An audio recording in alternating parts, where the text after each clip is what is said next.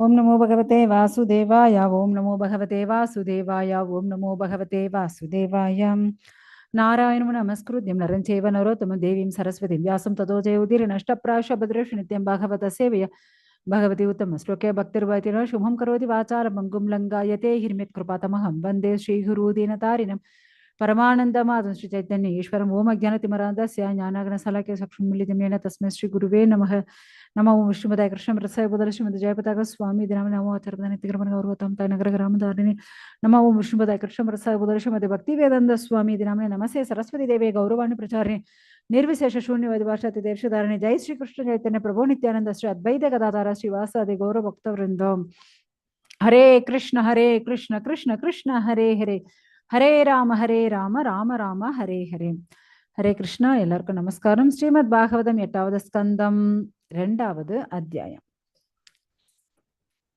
So கஜேந்திரனின் ஆபத்தான நிலை first Gajendran யாரு அவருக்கு என்ன ஆபத்து வந்துச்சு அப்படினுட்டு நாம பார்க்க போறோம் சுகதேவ கோஸ்வாமி ஏன்னா பரீட்சித்துக்கிட்ட சொல்லிட்டு இருந்தாரு இல்லையா இது போல பகவான்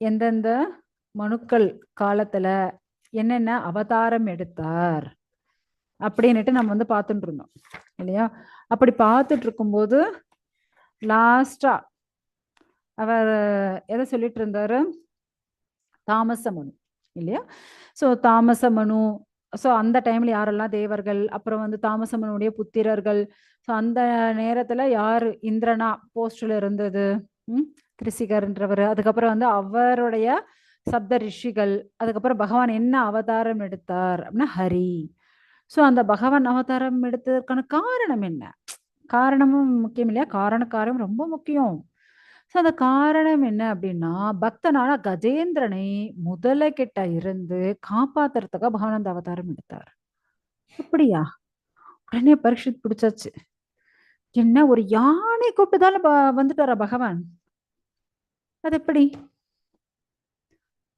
அப்ப அந்த யானை அது என்ன புண்ணியம் பண்ணுச்சு அப்படி என்ன செயல் பண்ணுச்சு நமக்குள்ளும் தெரிஞ்சுக்கணும்னு ரொம்ப ஆர்வமா இருக்கு இல்லையா அப்படின்னு அவர் கேள்வி கேட்கவே பகவானுடைய லீலைகள் அனைத்தும் அற்புதமானது சோ அதனால தயவு செஞ்சு நீங்க சொல்லுங்க அப்படின்னு கேட்கிறார் சோ அப்பதான் சுகதேவர் சொல்ல ஆரம்பிக்கிறார் ஓ என் பிரியமான ராஜனே ஆக்சுவலா திரிக்கூட்டம் அப்படின்ற ஒரு மலை இருந்துச்சு சோ அந்த மலை எவ்வளவு பெருசு அப்படின்னா 10,000 யோஜனைகள் 10,000 யோஜனைகள் அப்படின்னா 80,000 மைல்கள் அவ்வளோ ஹைட்டா ஆக்சுவலா இந்த மலை எங்க இருந்துச்சு தெரியுங்களா பார்க்கடல்ல எங்க இருக்கு பார்க்கடல்ல என்ன பார்க்கடல்ல ஒரு மலையா ஆமாங்க ஆக்சுவலா இதுக்கு முன்னாடி நம்ம 5வது ஸ்கந்தத்துல பார்த்திருக்கோம் என்ன ஜம்பு தீபத்துல உப்பு கடல் இருக்கு லக்ஷதீபம் அதுக்கப்புறம் என்ன கரும்பு சாறு கடல் ஷால்மலை தீபம் மதுக்கடல் குஷத்வீபத்துல நெய்க்கடல் கிரௌஞ்ச தீபத்துல பார்க்கடல் ஷாக தீபத்துல தயிர்கடல் புஷ்கர தீபத்துல நல்ல நீர் கடல் இதெல்லாம் பார்த்தோம் இல்லையா சோ அது போல இந்த இப்ப கூட நம்ம பார்க்கலாம் நம்மளுடைய பெரிய பெரிய சமுத்திரத்துல குட்டி குட்டி தீவுகள் இருக்கும் இல்லையா இதெல்லாம் இயற்கையாக உருவாக்கப்பட்டது செயற்கையா உருவாக்குனது இல்ல இயற்கையாக உருவாக்கப்பட்டது சோ அந்த இயற்கையான அந்த தீவுகள் எல்லா இடத்துலயும் இருக்கும் அது போல இந்த பார்க்கடல் இப்ப நம்ம இத்தனை கடல் பார்த்தோம் இல்லையா அதுல அந்த பார்க்கடல் அந்த இடத்துல ஒரு சின்ன தீவு அழகான தீவு அதுல ஒரு பெரிய மலை எவ்வளவு பெருசு அப்படின்னா 80,000 மைல்கள் ஹைட்ல இருக்கு பெரிய மலை அப்ப எதுக்கு மாதாஜி இந்த கல்லுங்கள் எல்லாம் காட்டிட்டு இருக்கேன் கலர் கலரா அப்படின்னு தானே யோசிக்கிறீங்க ஆக்சுவலா அந்த பார்க்கடல் அப்பனா எப்படி நமக்கு இங்க நம்ம பீச்சுக்கு போகணும்னா அந்த உப்பு கடல் எப்படி அலை வரும் அப்ப என்னத்தை அடிச்சுட்டு வரும் கல்லு மண்ணு அப்படின்னு அடிச்சுட்டு வரும் ஆனா அந்த இடத்துல இப்ப நீங்க பார்த்துட்டு இருக்கீங்க இல்லையா இப்படி கற்களா இருக்குமா அந்த மலையுடைய நீளம் அகலம் எல்லாம் ரொம்ப பெருசு ஒரே அளவா இருக்கும் 80,000 மைல் நீளம் 80,000 மைல் ஹைட் அகலம் அதே போல ஹைட்டும் அவ்வளவு பெருசு அந்த மலையில வந்து 3 சிகரங்கள் இருக்கு.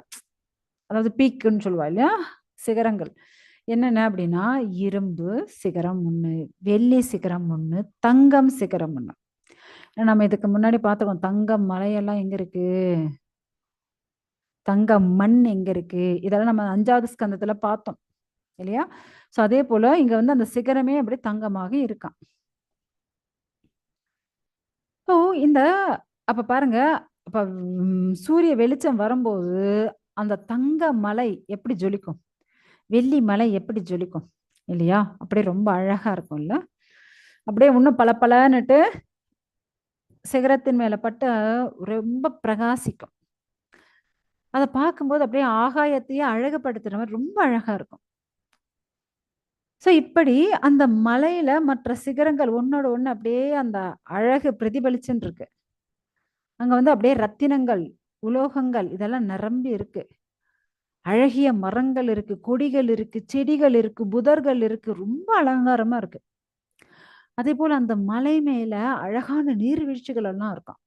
அதெல்லாம் பார்க்கறதுக்கு அவ்வளவு ஆனந்தத்தை கொடுக்குது. அவ்வளவு இன்பத்தை கொடுக்குது. அந்த ஓசை, ம், அந்த நீர்வீழ்ச்சியோட ஓசையாகட்டும், அழகான அந்த அருவியோட ஓசை, அந்த பறவைகளுடைய சத்தம் எவ்வளவு அழகா இருக்கும். அழகா அப்படியே நீர்வீழ்ச்சி, அந்த பறவைகளோட சத்தம் ரொம்ப ஆனந்தத்தை கொடுக்கும் இல்லையா? ஸோ அப்படி ஒரு ரம்யமா இருக்காம் அந்த இடமே. அனைத்து திசைகளையும் அழகுபடுத்துது. அப்படி ஒரு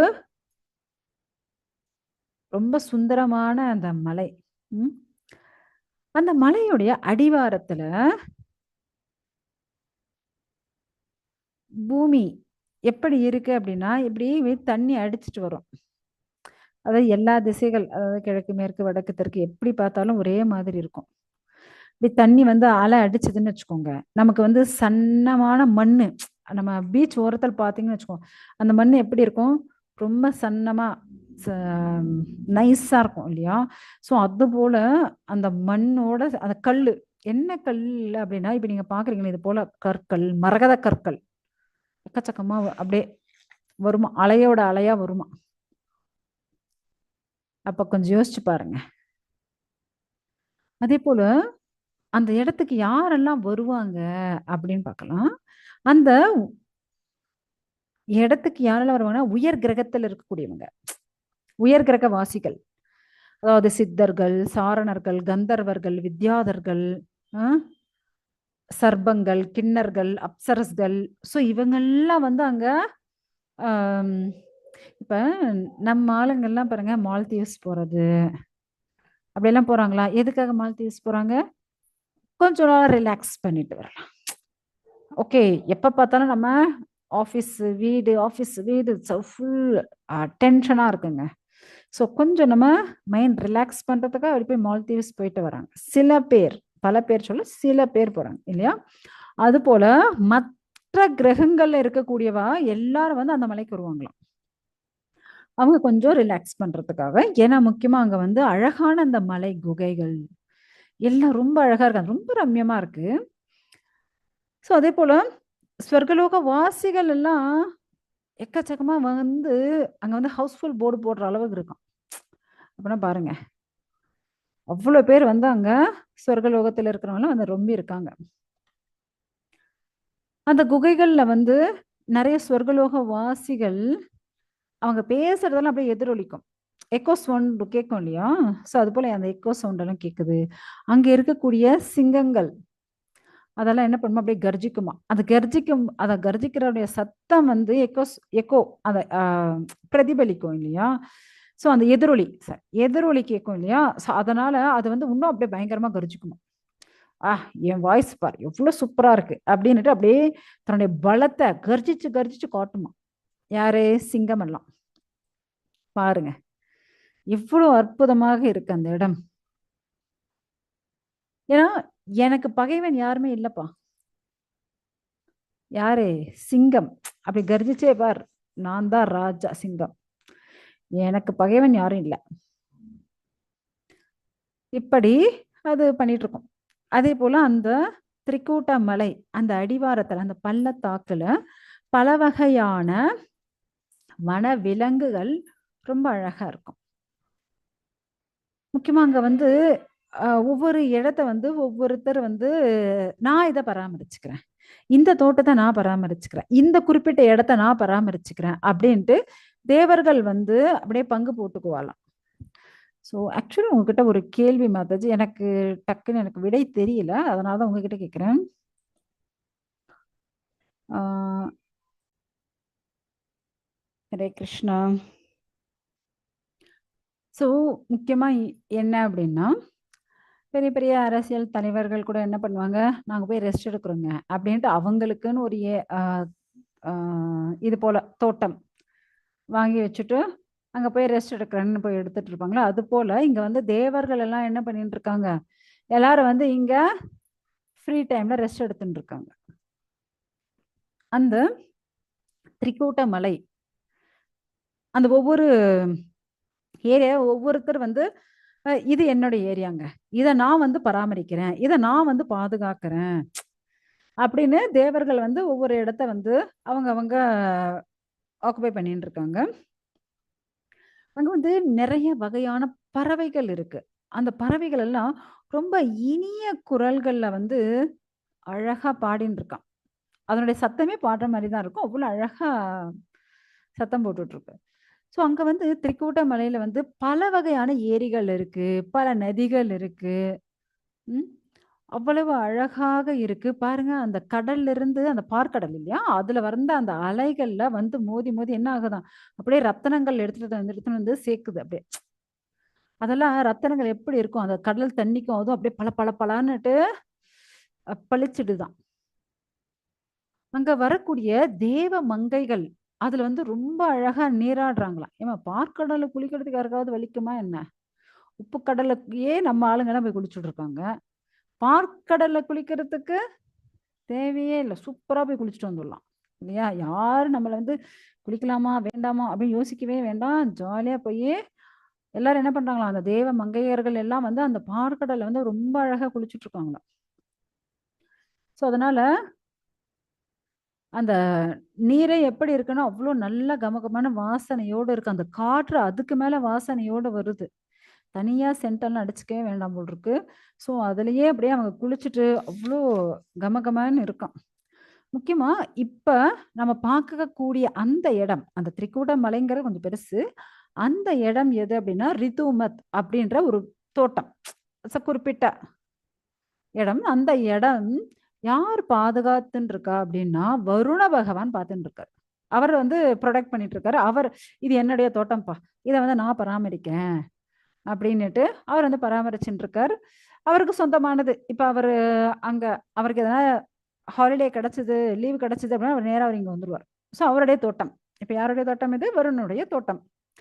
ஸோ தேவ மங்கையர்கள் எல்லாரும் வந்து ரொம்ப உல்லாசமாக அந்த இடத்துல வந்து இருப்பாங்க. அந்த இடம் எப்படி இருக்கு அப்படின்னா, மலர்களாலும், பழங்கள், பருவ அதாவது இதெல்லாம் சில இடங்கள்ல நீங்க பார்த்தீங்க அப்படின்னா, சீசன் ஃப்ரூட்ஸ், சீசன் ஃப்ளவர்ஸ் இருக்கும்.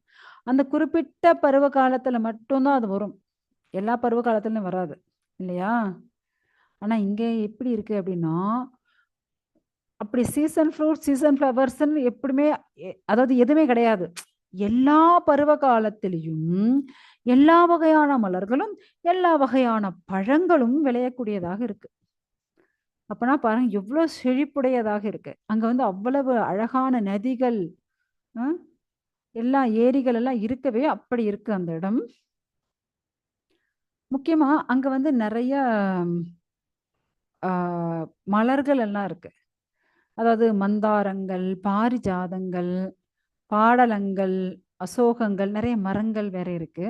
ஷண்பகம் மரங்கள், அப்புறம் வந்து சூதங்கள், பியான பியாளங்கள், பனசங்கள், மாம்பழங்கள், அ அம்ரா அம்ராதகங்கள், அப்புறம் வந்து அ கிரமுகம், அப்புறம் வந்து தென்னை, பேரிச்சம், மாதுளம், இப்படி பல வகையான மரங்கள், பழங்கள் வந்து இப்படி பூத்து குலுங்குதாம்.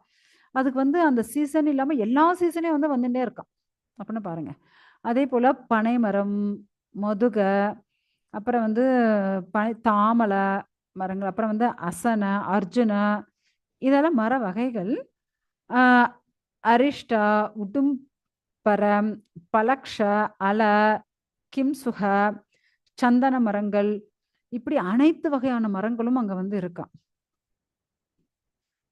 அதே போல பிசுமர்த்தங்கள், அப்புறம் வந்து கோவிதாரங்கள், சரளங்கள், சுரதாரங்கள், அப்புறம் வந்து திராட்சை மரங்கள், கரும்புகள், அப்புறம் வந்து அந்த மரங்கள் வந்து நாவல் மரங்கள், அப்புறம் வந்து பதரி பழம் இருக்கு இல்லையா அந்த மரங்கள், அப்புறம் வந்து அக்ஷங்கள், அபயங்கள், ஆமல கீகள்.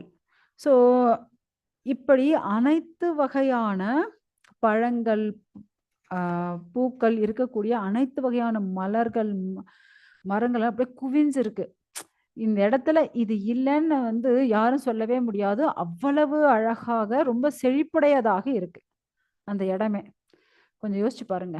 அழகான நீர்வீழ்ச்சி, ஒரு பக்கம் அழகான ஏரி, பார்க்கடல். இப்படியாப்பட்ட இடத்த விட்டுட்டு குளு குளுன்னுட்டு, அதுவும் பார்க்கடல், குளிச்சா நம்ம உடம்பே அப்படியே நறுமணமாயிடுதான். சந்தன மரங்கள் நிறைஞ்சு இருக்கு.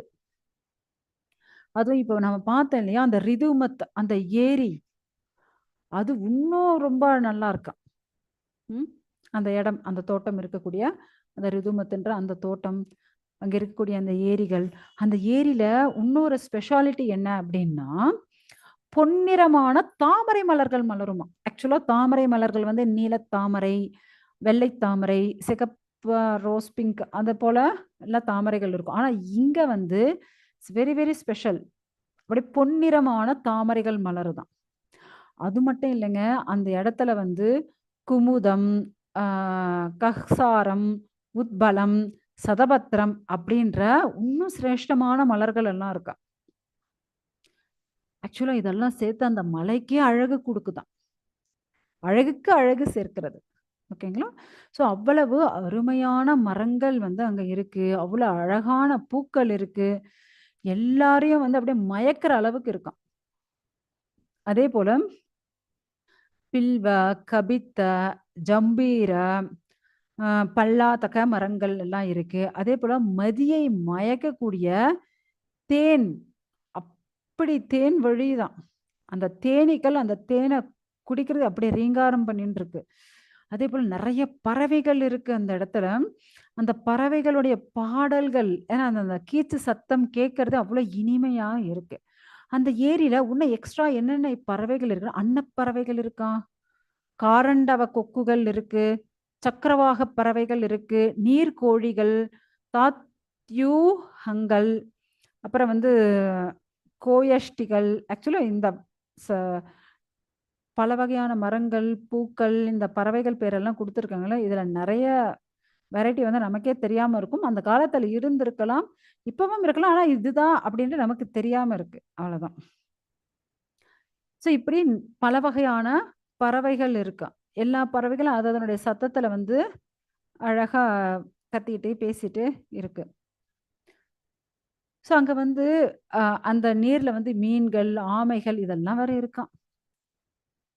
அதே போல அந்த நீர்ல வந்து அழகான இந்த தாமரைகள் எல்லாம் இருக்கு. அப்புறம் வந்து நீங்க பார்த்தீங்க அப்படின்னா, தாமரையுடைய மகரந்தம் இருக்கு இல்லையா? மகரந்த தூள் அதெல்லாம் அப்படியே கொட்டி இருக்காம்.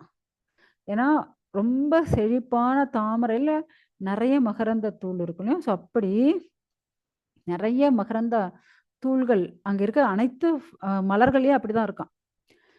ஏரி, அந்த ஏரியில வந்து நிறைய கதம்ப மலர்கள் இருக்கு.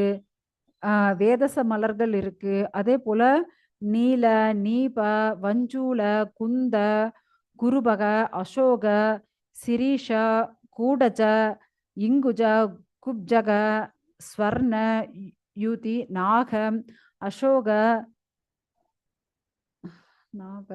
புன்னாக, ஜாதி, மல்லிகை, சதபத்திரம், ஜாலகா, மாதவி, லதா. ஸோ இப்படி பல வகையான மலர்கள் இருக்கான் அந்த ஏரிக்கரை ஓரத்துல மாதாஜி. ஸோ இந்த அனைத்து பருவ காலத்திலையும் இந்த மலர்கள்லாம் மலர்ந்துட்டே தான் இருக்கான். அதே போல அங்க வந்து நிறைய பழ மரங்களும் இருக்கு இல்லையா? அந்த பழங்கள், இந்த மலர்களுடைய மகரந்தங்கள் எல்லாம் சேர்ந்து எப்படி இருக்கு அப்படின்னா அப்படியே கம கம கமன்னு இருக்காம். ரொம்ப அழகா ரம்யமாக இருக்கு அந்த இடமே. இதுவரை நம்ம 19 ஸ்லோகம் முடிச்சாச்சு. இன்னமும் அந்த மலையினுடைய குளோரிஃபிகேஷன் தான் போயிட்டு இருக்கு. என்ன இந்த மாதாஜி வெறும் மலை, அப்புறம் மரங்கள், பறவைகள், பூக்கள் இதையே திருப்பி திருப்பி சொல்லிட்டு இருக்கா. நான் என்ன பண்ணட்டும் மாதாஜி? அந்த ஸ்லோகங்கள்ல அதுதான் இருக்கு. ஸோ இப்படி அந்த திரிகூட்ட மலையில காடுகள்ல வந்து இவ்வளவு ரம்யமா இருக்கக்கூடிய அந்த இடத்துல பல வகையான மிருகங்களும் வசிக்கிறது.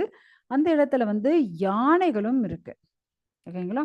ஸோ அந்த யானைகளுக்கு தலைவன் ஒருத்தர், அவருக்கு வந்து நிறைய பெண் யானைகள் எல்லாம் வந்து அப்படியே அந்த இடத்துக்கு, அந்த ஏரிக்கு கரைக்கு வருது. ஸோ பல மரங்கள், செடிகள், கொடிகள், புதர்கள், முட்கள்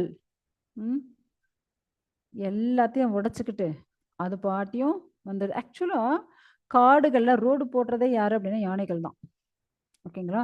ஸோ யானைகள், ஏன்னா யானைகள் வந்து யானை அப்படின்னு சொல்ல மாட்டோம். யானைகள், ஏன்னா யானைகள் வந்து கூட்டமா தான் வரும். கூட்டமா வரும்போதே என்ன பண்ணும் அப்படின்னா, அந்த இடத்த எல்லாம் கூட்டமா வரும்போது அங்க இருக்கக்கூடிய எல்லாத்தையும் மிதிச்சுட்டே வந்துடும். அதனால அப்படியே ரோடு போட்ட மாதிரி ஆயிடும். அப்போ மற்ற மிருகங்கள் போறதுக்கு வர்றதுக்கு ஒரு ரோடு போட்ட மாதிரி அதுங்களுக்கு கொஞ்சம் ஃப்ரீயா இருக்கும். அப்படி இந்த யானை கூட்டங்கள் அப்படி எல்லாத்தையும் இது பண்ணிட்டு அப்படியே போகுதுங்க. ஸோ இதனால மற்ற மிருகங்கள் எல்லாம் இருக்கு இல்லையா, புலிகள், சிங்கங்கள், காண்டா மிருகங்கள், மிகப்பெரிய பாம்புகள், அதாவது பெரிய பாம்பு அப்படியே அனகொண்டா போல பெரிய பெரிய பாம்புகள், அதே போல கருப்பு நிறத்துல இருக்கக்கூடிய பாம்புகள், வெள்ளை நிறத்துல இருக்கக்கூடிய பாம்புகள், சர்ப்பங்கள். ஸோ இப்படியாப்பட்ட எல்லாமே என்ன பண்ணுமா, யானை வந்துச்சுன்னு வச்சுக்கோங்க. ஏன்னா யானை இதை கூட்டமா வருது இல்ல. ஸோ அதனால இந்த மிருகங்கள்லாம் இப்ப நம்ம சொன்னோம் இல்லையா, புலி, சிங்கம், காண்டாமிருகம், பாம்புகள், இதெல்லாம் அந்த யானை கூட்டம் வந்துச்சுன்னா இதுங்கெல்லாம் பயந்து ஓடிடும். அதே போல மான் கூட்டங்கள் எல்லாம் பயந்து ஓடிடும். முக்கியமா அதே போல அங்க வந்து சமரி மான் வந்து அங்க வந்து நிறைய இருக்கு. அதே போல நரிகள், ஓநாய்கள், எருமைகள், கரடிகள், பன்றிகள், கோபூசங்கள், அப்புறம் முள்ளம்பன்றிகள், குரங்குகள், முயல்கள், மான்கள், இப்படி பல வகையான மிருகங்கள் அங்க வந்து அந்த காட்டுல வந்து இருக்கு. சுற்றி திரிஞ்சிட்டு இருக்குமா. ஆனா இந்த யானை கூட்டம் வந்துச்சுன்னு வச்சுக்கோங்க, எல்லா மிருகங்களும் ஓட்டம் பிடிச்சிரும். ஏன்னா இந்த கூட்டம் வந்து அவ்வளவு பெரிய கூட்டம். அதுங்க வந்துச்சுனாலே அந்த இடமே அப்படியே பூகம்பம் வந்த போல ஆயிடுமா. இப்படி எப்படி வந்து ஃபுல் பெண் யானைகள் சூழப்பட்டு அதனுடைய தலைவனான கஜேந்திரன், கஜபதி, பெரிய யானை அது. அந்த திரிகூட்ட மலையே நடுங்குற அளவுக்கு அதனுடைய நடை அவ்வளவு பெருசு இருக்குமா. ஏன்னா சைஸும் பெருசு. அது நடந்து வந்துச்சு அப்படின்னா அப்படி அதிரும். அது போல அதிர்ச்சியோட நடந்து வரும். ஸோ இப்படி வரும்போது பார்க்கும்போதே, ஏன்னா அந்த யானைகள் எல்லாமும் ஆக்சுவலா நம்ம வந்து சில ஜியோகிராஃபி சேனல் எல்லாம் பார்த்தோம்னு வச்சுக்கோங்க, யானையே எலும்பும் தோலுமா இருக்கு. என்னப்பா யானை யானை மாதிரி இல்லாம என்ன இப்படி எலும்பும் தோலுமா இருக்குன்னு பார்ப்போம். ஆனா இங்க இருக்கக்கூடிய இந்த காட்டுல இருக்கக்கூடிய யானைகள்லாம் எப்படி இருக்கும், ரொம்ப கொழு கொழு கொழு கொழுன்னு இருக்குமா. அப்படின்னா பாருங்க. ஏன்னா அங்கதான் நிறைய பழங்கள் எல்லாம் இருக்குல்ல. ஸோ அனைத்து பழங்கள் செடி எல்லாத்தையும் சாப்பிட்டு அது நல்லா கொழு கொழு கொழுன்னு இருக்கும். சரி, ஆக்சுவலா உங்ககிட்ட ஒரு கேள்வி எனக்கு. என்ன கேள்வி அப்படின்னா,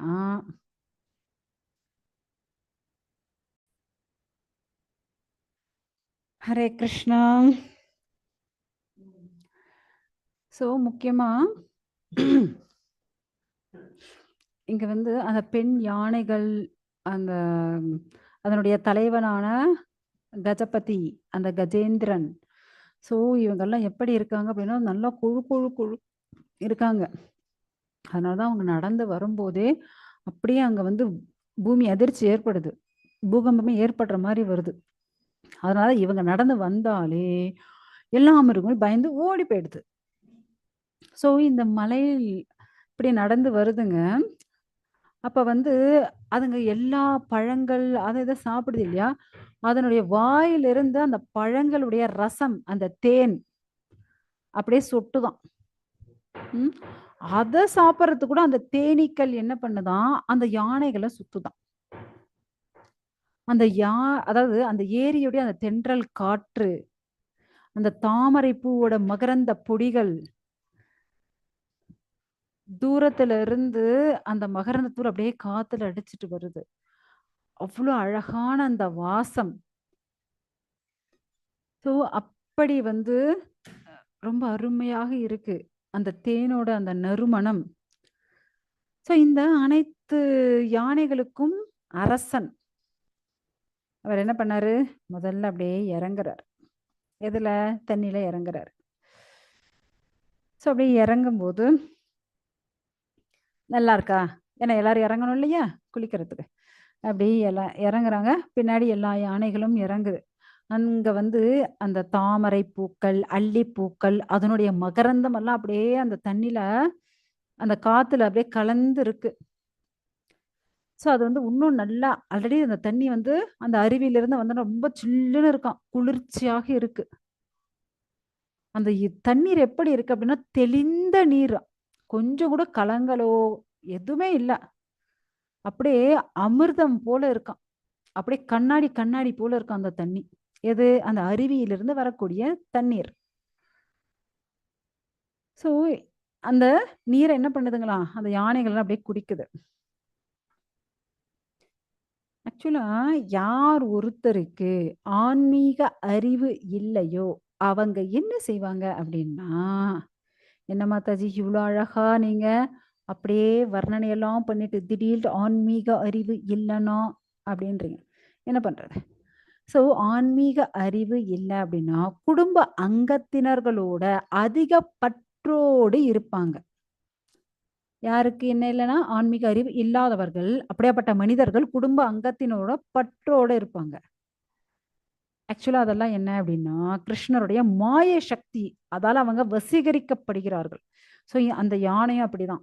தன்னுடைய மனைவிகள், தன்னுடைய கன்றுகள், அதாவது குட்டி யானைகள் எல்லாத்துக்கு மேல அப்படியே தண்ணியெல்லாம் கொட்டி, குளிப்பாட்டி, அப்படியே நீரெல்லாம் குடிச்சு, அப்படியே ரொம்ப சந்தோஷமா தும்பிக்கையில இருந்து வாரி வாரி எல்லாத்து மேல தண்ணி கொட்டுறது, அது தண்ணி குடிக்கிறது, அந்த ஏரி நீர வந்து அப்படியே சந்தோஷமா என்ஜாய் பண்ணிட்டு இருக்காங்க.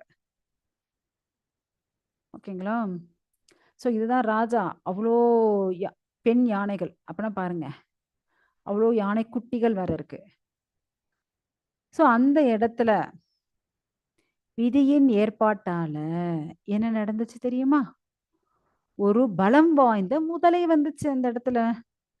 யானை மீது கோபம் கொண்டு, அந்த நீருக்குள்ள இருக்கக்கூடிய அந்த யானையுடைய கால வந்து போய் பிடிச்சிருச்சு. யானை ரொம்ப பலசாலி தான். இல்லன்னு சொல்ல முடியாது. ஏன்னா பூமி அதிர்ச்சி ஏற்படுற அளவுக்கு நடந்து வருதுல்ல. ஆனால் விதிவசத்தால் என்ன வேணாலும் நடக்கும். நமக்கு விதி பகவான் என்ன எழுதியிருக்காரோ, அதன் பிரகாரம் அந்த நேரத்துல இப்படிதான் நடக்கணும் அப்படின்னா, யாரும் ஒண்ணும் பண்ணவே முடியாது. இல்லையா? ஸோ அப்படி அந்த அபாயத்திலிருந்து விடுபட தன்னால முயன்ற அளவு முயற்சி பண்ணுச்சு. ஆனா, அந்த கஜேந்திரன் ஏன்னா நீங்க பார்த்தீங்க அப்படின்னா, யானை வந்து ரொம்ப பலசாலி தாங்க. எதுல? நிலத்துல இருக்கிற வரையும் ரொம்ப பலசாலி. ஆனால் தண்ணீருல முதல தான் பலசாலி. அவ்ளோ பெரிய கஜேந்திரன், அதனுடைய மனைவிகள், அதனுடைய அதாவது யானை குட்டிகள் எல்லாம் பார்த்துட்டே இருக்கு. பார்த்துட்டு இருக்கும்போது அத கால கடிச்சிருச்சு. கடிச்சு அப்படியே தண்ணிக்குள்ள இழுத்துட்டு போயிட்டு இருக்கு. எல்லா பெண் யானைகள் அவ்ளோ பெரிய கூட்டம் பாக்குது. அதெல்லாம் பதறுது, பிளிறுது. ஏன்னா தன்னுடைய கணவனுக்கு ஹெல்ப் பண்ணணும் அப்படின்ட்டு அந்த பெண் யானைகள் எல்லாம் நினைக்குது. அப்படியே இழுத்துட்டு போகுது அது. ஆக்சுவலா அந்த கஜேந்திரன் யானைக்கு இந்த பெண் யானைகள் எல்லாம் ஹெல்ப் பண்ணணும்னு நினைக்குது. என்னடா இது ஒரு குட்டி முதல தான். நம்ம ஹஸ்பண்ட் ரொம்ப பெருசாச்சே. ஏன் அவ்வளவு சுலபமா இழுத்துட்டு போகுதுன்னு அந்த யானைகளுக்கு ஒண்ணுமே புரியல. அதாவது பின் இருந்து தன்னுடைய கணவனை இழுக்கணும்னு முயற்சி பண்ணுது. ஆனா விதி வசம் எல்லா காரியமும் நடக்குது. அந்நேரத்துக்கு நம்மளாலயும் ஒண்ணுமே பண்ண முடியாது. இல்லையா? ஸோ யானையும், முதலையும் அப்படியே அது உள்ள தண்ணீல இழுத்துட்டு போகுது. இது வெளிய வர வந்து முயற்சி பண்ணிட்டு இருக்கு. இப்படியே நடக்குது. அதாவது சில மணி நேரம் இல்ல, சில நாட்கள் இல்ல, சில வாரங்கள் இல்ல, சில மாதங்களும் கிடையாது. பல வருடங்கள். பல வருடங்களா அந்த முதல இந்த யானையோட கால கடிச்சுண்டே இருக்கு. அந்த கடிச்ச புடிய விடவே இல்ல முதல. உள்ள இழுத்துட்டே இருக்கு. யானை வெளிய இழுத்துட்டே இருக்கு. இப்படியே பல வருடங்கள். எத்தனை வருடங்கள் ஆச்சு அப்படின்னா, 1000 ஆண்டுகள் ஆயிடுச்சு. ஸோ மற்ற யானைகள் எல்லாம் முயற்சி பண்ணி பண்ணி பார்த்துச்சு. ஓகே, இதுக்கு மேல அவ்வளவுதான் போச்சு. நம்ம கிளம்பலாம் அப்படின்ட்டு எல்லாம் கிளம்பிடுச்சு. இத நெறைய தேவர்கள்லாம் பார்த்துட்டு ஏன்னா தேவர்களுடைய வந்து ரெஸ்ட் எடுக்கக்கூடிய இடம் தானே. ஸோ அவங்கலாம் பார்க்குறாங்க. ரொம்ப ஆச்சரியப்படுறாங்க. எப்படி பல அதாவது பல ஆண்டுகள் அது ரொம்ப ஜாஸ்தி தான். ஆனா 1000 ஆண்டுகளா இது தண்ணிக்குள்ள இழுத்துட்டு இருக்கு, இது வெளிய இழுத்துட்டு இருக்கு. இப்படியே இதுல நடந்துட்டு இருக்கு. ம். ஏன்னா யானையோடைய மனசு, அந்த உடம்பு பலம் 1000 ஆண்டுல என்ன ஆயிடுச்சு அப்படின்னா குறைய தொடங்கிடுச்சு. அந்த தண்ணீல இருக்கக்கூடிய அந்த முதலையுடைய உற்சாகம் கொஞ்சம் கூட குறையல. ஏன்னா அது தண்ணீல இருக்குன்னா அதுக்கு உற்சாகம் குறையல. உடம்பு பலமும், இந்திரிய பலமும் அதிகமா இருக்கு. யாருக்கு? அந்த முதலைக்கு. ஆனா, அந்த மாட்டின்ட யானைக்கு வந்து எல்லாமே குறைய ஆரம்பிச்சிருச்சு. ஏன்னா 1000 வருஷம் இல்லையா? 1000 வருஷம் அப்படியே அத பிடிச்சு கடிச்சிட்டு இருக்குன்னும்போது, எப்படி குறையாம இருக்கும்? இல்லையா? ஸோ இந்த முதலையோட பிடியிலிருந்து வெளிய வரணும்னு முயற்சி பண்ணுது. ஏன்னா யானையோடைய அரசன் இல்லையா? அதனால அவ்வளோ சீக்கிரத்துல தோல்விய ஒத்துக்க முடியல. ஏன்னா சந்தர்ப்ப சூழ்நிலை, விதிவசம் இப்படி ஆபத்தான சூழ்நிலை நம்ம மாட்டின்டோமே அப்படின்ட்டு ரொம்ப கஷ்டப்படுது. இது என்ன வினையோ தெரியலையே! அப்படியே நீண்ட காலம், நீண்ட வருடங்கள் ஆயிடுச்சு. அப்படியே சிந்தனையில ஆழ்ந்திருக்கு. கடைசியில ஓகே. ஏன்னா என்னுடைய நண்பர்கள், உறவினர்கள், மற்ற யானைகள் இந்த ஆபத்துலேருந்து யாராலும் என்ன காப்பாத்தவே முடியல. ஏன் என் மனைவிகள், பாவம் அவங்கள பத்தி நான் என்ன சொல்ல முடியும்? ஏன்னா பெண்கள் தானே. நான் இருக்கிற சைஸ் என்ன? அவங்க இருக்கிற சைஸ் என்ன? விதி பயனால் நான் இப்ப இந்த முதலையோட தாக்குதலுக்கு ஆளாகிட்டேன். இத்தனை வருடங்கள், 1000 வருடங்களா நான் கஷ்டப்பட்டுட்டு இருக்கேன். இனி என்னை யார் காப்பாத்த முடியும்? ஸோ யாருமே என்ன காப்பாத்த முடியாது. ஏன்னா இத்தனை வருடங்களா அது கடிச்சிட்டு இருக்குன்னா, அந்த கால் என்ன ஆகும்? இனி என்னுடைய பலத்தால நான் வந்து என்ன காப்பாத்த முடியும் அப்படின்ற நம்பிக்கை எனக்கு போயிடுச்சு. அப்ப நான் யார கூப்பிடணும்? யோசிக்குது. யார கூப்பிடணும்? ஒரே ஒரு உதாரணம். திரௌபதிக்கு அந்த இடத்துல அந்த ராஜ சபையில பெரிய ராஜா யாரு? திருதராஷ்டிரன் இருந்தான். அப்புறம் பிதாமகர், பீஷ்மர், துரோணாச்சாரியார், கிருபாச்சாரியார், விதுரர் எல்லாம் இருந்தாங்க. பெரிய பெரிய அரசர்கள் எல்லாம் இருந்தாங்க. ஏன் 5 கணவன்மார்களும் இருந்தாங்க. ஆ? கர்ணன், ஆஹா, தர்மத்துக்கு கொடை வள்ளல், அவன் கூட தான் அங்கதான் உட்கார்ந்துட்டு இருந்தாங்க. சோ இத்தனை பேர் இருந்தும் திரௌபதி யாரும் காப்பாத்தல. சோ தன்னை நான் என்னுடைய மானத்தை நான் காப்பாத்திக்கணும் அப்படின்னுட்டு அந்த அம்மா என்ன பண்ணாங்க? 2 கையால புடவைய பிடிச்சுண்டு இருந்தாங்க. முடியல. ஏன்னா துச்சாதனன் ரொம்ப வலுவோட பிடிச்சு இழுத்தான். ஆக்சுவலா அந்த நேரத்துல அந்த அம்மா வந்து லேடீஸ் ப்ராப்ளம் பீரியட்ஸ் டைம் ஒற்றை ஆடையோட இருந்தாங்க. ஸோ அப்பவும் என்ன பண்ணாங்க, ரொம்ப வலுவோட இழுக்கும்போது, ஒரு கைய புடிச்சுட்டு கோவிந்தன கூப்பிட்டாங்க. சமாளிக்க முடியல. அதுக்கப்புறம் பகவானே நீயே கதி. ம். கோவிந்தா புண்டரீகாக்ஷான்னுட்டு பகவான சரணடைஞ்சாங்க. ஏன்னா, நம்மளையும் மீறி அது நடக்கு. நம்மளால இதுக்கு மேல நம்மள காப்பாத்திக்கவே முடியாது.